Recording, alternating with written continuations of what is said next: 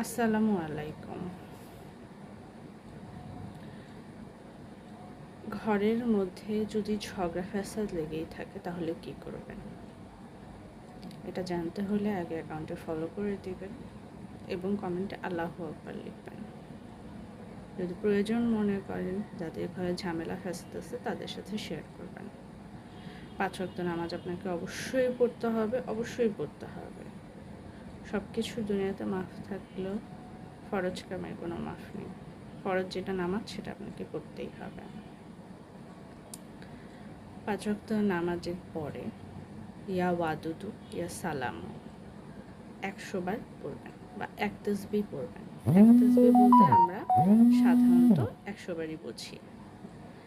প্রত্যেক নামাজের পর 100 বার করে ইয়া ওয়াদুদু ইয়া সালামু পড়ে দোয়া করবেন।